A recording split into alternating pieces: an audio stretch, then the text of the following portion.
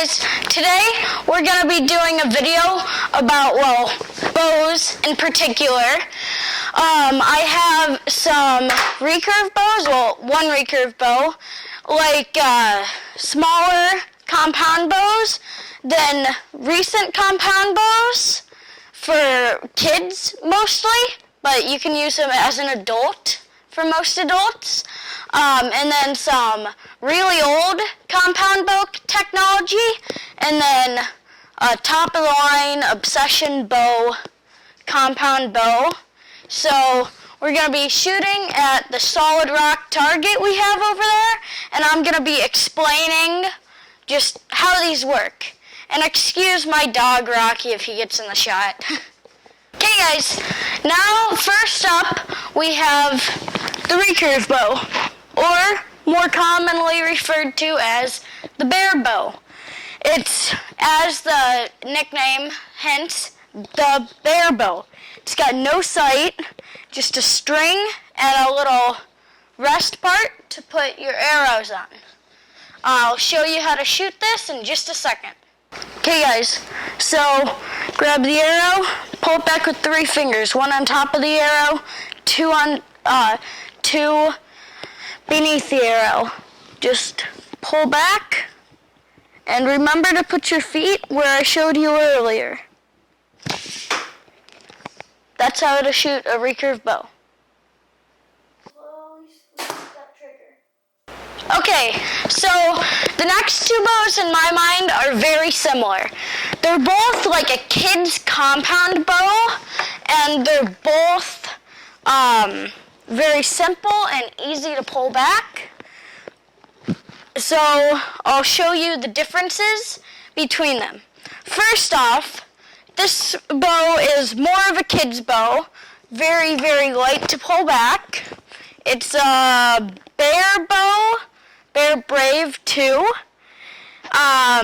Just a very small bow, very simple, straightforward.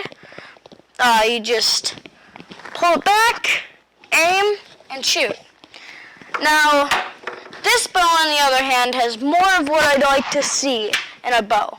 It's got a D-ring, a whisker biscuit, and a sight. The D-ring allows you to pull it back with a release, which I'll show you how to use in a second. And it's just, this is better. This one is better than this one in my opinion, but I'll show you what's the best in my opinion next. Okay guys, these are my next 2 bows. The PSE Fever and the PSE Stinger X. Now probably the first thing you see when you see these 2 bows is this one doesn't have a sight, this one does. This one's camo, this one's black. This one has different strings, this one doesn't. Most of the reason is because this is my bow and this is my brother's bow. My brother just got this bow, so he hasn't put a ton of stuff on it yet, but he will have a sight on there within a week, probably. The reason that these strings are different is because they're custom strings, because I've been shooting for a lot longer of a time. I needed the strings replaced, so that's why these are different. And that's probably all you see at first glance. But this bow's draw weight is at about 40 pounds, which is legal for hunting. In 2018, the legal hunting weight is 30 pounds, but that might change. It's always been 40 in the past, so check your laws before you hunt. This one's a lower draw weight. If you watch me draw these back, and draw this back, you can probably see a lot more hesitation. Another thing you might not see on the surface is this one doesn't have a peep sight installed. I'll explain the peep sights later, but that more or less means that you can't align the what you're seeing with the sight on both of them, but that's because this doesn't have a sight yet.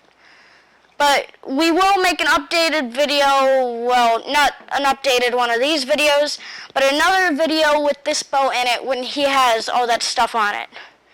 But that's more or less the entry-level, typically child compound bows.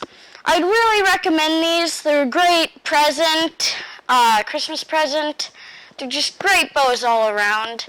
If you want to buy one, I'd really recommend Bodock Archery. It's in Chicago.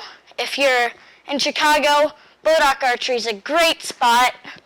That's where both of these bows came from. And Coach Jeff is awesome. So hit Bodock up, and let's get on to the next bows. Okay, so I'm going to show you what a release is and how to use it. There are two main types of releases. The finger release, which I'll show you how to use. These are probably the most common releases. You're just gonna, depending on the release, this will be different.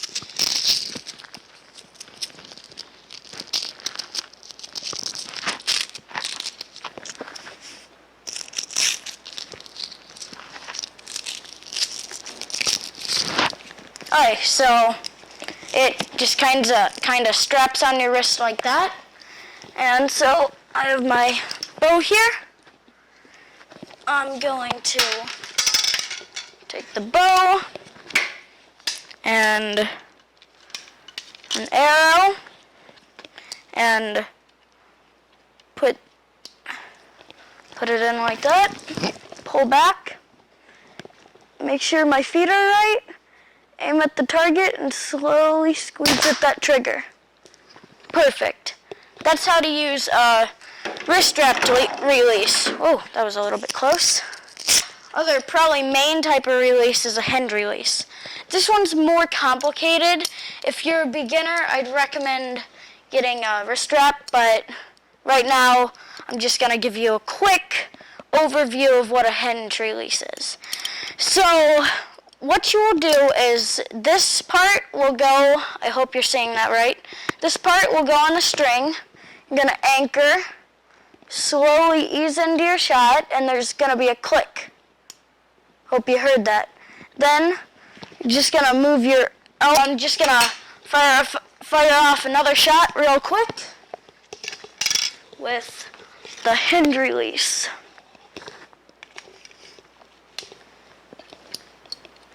So when you're pulling back a hand release, there's this thing called ground zero, where it's more or less put one finger on like that, and then lock your thumb on that black part.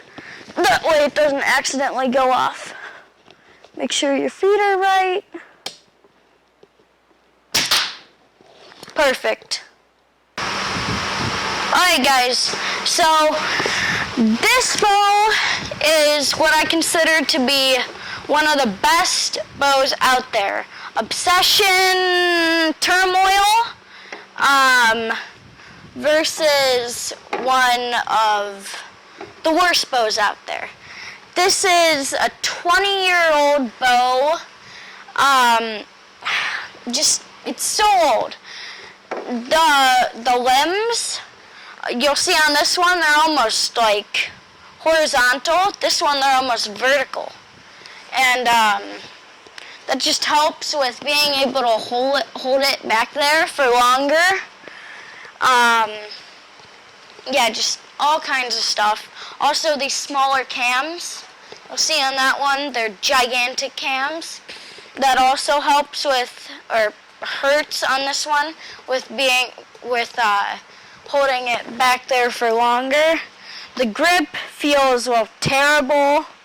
The string, just don't get this bow. If you're looking for a bow, I would recommend this bow. Obsession Turmoil, awesome bow. Bodock has this again. You've heard me mention them a couple of times in the video before. they're not sponsoring me, okay? This video is not sponsored. But Bodoc, if you do want to sponsor me, please sponsor me, because I'd love it.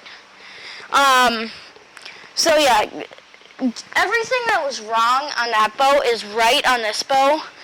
And I haven't shot these bows because it's a 60-pound draw weight, but they're my dad's bows.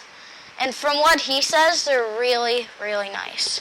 I'll have him do a couple of test shots for you.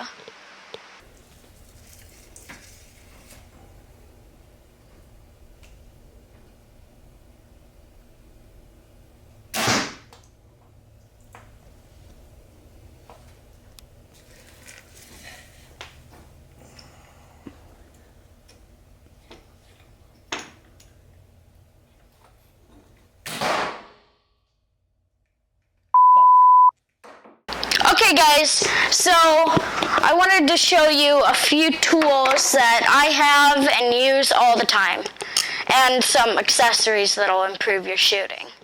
So first one up is a stabilizer. This one screws onto a bow, just like that, and more or less, when you pull back, and they're getting ready to shoot, normally you're going like this. A stabilizer will help you go like that. So just super low to no movement in the bow. If you're getting more into shooting, you're going to want to pick one of these up. They aren't cheap. This stabilizer was about 80 bucks. So yeah. Arrow puller. I'll give you a quick shot in a second of me pulling an arrow. And this, an Allen key set, they work for everything. From adjusting sights, adjusting poundage, adjusting length, putting stuff on, like putting a sight on, putting a whisker biscuit on, just every single thing in a bow an Allen set helps with. A bunch of people make this, but the one I have is an OMP. It's got a bunch of sizes. I like it a lot. It's small. It's easy. It works most of all. Just find something that works for you. It doesn't have to come from an archery shop. Home Depot or Lowe's will have them.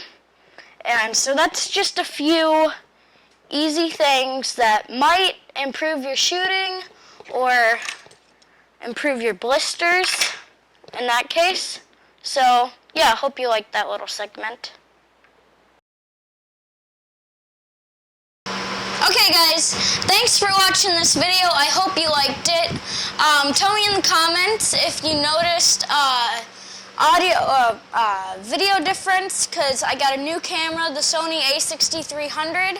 As you know, it'll shoot in 4K, and I'm using a wireless lav mic.